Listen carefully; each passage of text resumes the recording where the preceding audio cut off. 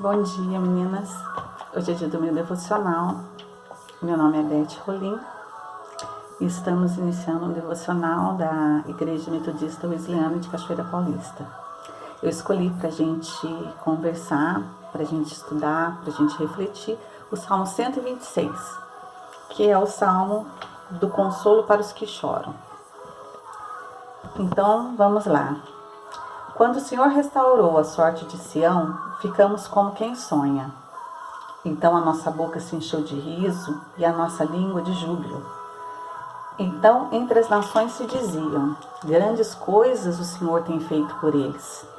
De fato, grandes coisas o Senhor fez por nós, por isso estamos alegres. Restaura, Senhor, a nossa sorte, como as torrentes de Negueb. O que com lágrimas semeiam, com júbilo ceifarão. Quem sai andando e chorando enquanto semeia, voltará com júbilo, trazendo seus feixes. Eu estava estudando esse salmo, e nesse salmo tem duas partes. E esse salmo ele nos convoca a vivermos sempre alegre. É um desafio permanecer alegre, né? Em toda situação que a gente vive, as tribulações que a gente passa.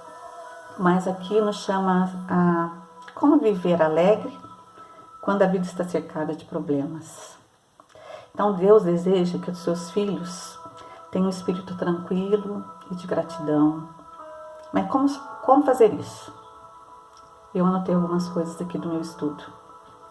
Primeiro, lembrando do que Deus fez por nós, né? E segundo, olhando para o que Ele ainda fará. E o mais interessante desse salmo é que ele tem duas partes. A primeira parte, eles estão agradecendo, né? Falando que quando o Senhor restaurou a sorte de Sião, ou seja, o rei estava libertando o povo judeu para voltar para o monte de Sião, Jerusalém. Então, nossa boca se encheu de riso e nossa língua de júbilo, e entre as nações se dizia: grandes coisas o Senhor tem feito por eles. De fato, grandes coisas o Senhor fez por nós, por isso estamos alegres. Então, o que eles fizeram? Eles saíram falando para todos os povos o que o Deus deles tinha feito, né? Eles ficaram tão alegres que eles não estavam nem acreditando. Eles falaram para as outras pessoas, para os outros povos, o que havia acontecido. E a felicidade voltou para o coração deles todos. Então Deus restaurou a alegria deles. E eles expressavam isso. Mas, na segunda parte, se a gente for observar, eles fazem um pedido a Deus. Restaura, Senhor, a nossa sorte, como as torrentes de Negueb. Os que com lágrimas semeiam, com júbilo ceifarão. Quem sai andando e chorando enquanto semeia, voltará com júbilo, trazendo seus feixes. Então, aqui eles estavam já há alguns meses na terra deles, porém eles estavam passando por dificuldades.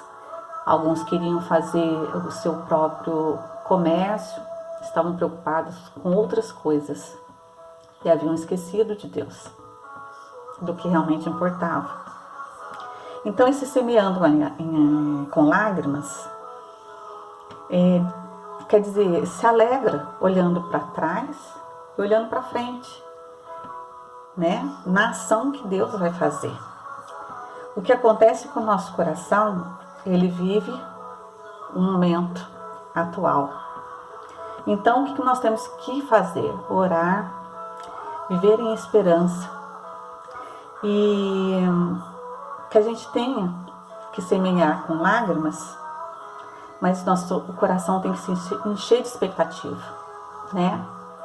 Então, porque a gente sabe que Deus vai cumprir o que prometeu. Então, nesse mundo que a gente está, a gente veio para servir a Deus. Então, a gente tem que falar aos povos, a gente tem que aguardar o dia da libertação. Mas em que se baseia a sua alegria? Ficamos às vezes tristes, desanimados, mas Deus Ele deu perdão para nós. Perdão de Deus em Cristo Jesus. E a gente tem que recordar disso. E restaurar a alegria no coração da gente.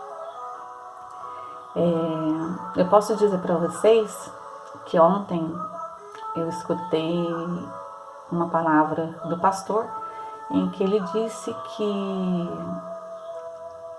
a comunidade, a nossa igreja, os membros da igreja, eles têm que servir de suporte, não como ele mesmo disse, para suportar o irmão. Você tem que suportar o irmão, porque ele está cheio de problema e ele só está reclamando. Então nós temos que ser suporte, mas o suporte que o pastor quis dizer, que é uma verdade, é um suporte mesmo. A gente tem que ter onde se apoiar. Então o suporte é um apoio. Então é onde fala que a gente tem que ter boas amizades à nossa volta. E são para essas pessoas que você recorre. Pedidos de intercessão, em oração, palavras, puxões de orelha, mas tudo para a gente se reerguer. Porque senão a gente se abate, a gente cai e fica difícil levantar. A gente vive uma situação difícil e esquece de todas as boas que a gente passou. É fácil? Não é fácil. Eu mesmo estou vivendo uma situação muito difícil. E ontem eu escutei essa palavra, havia escutado,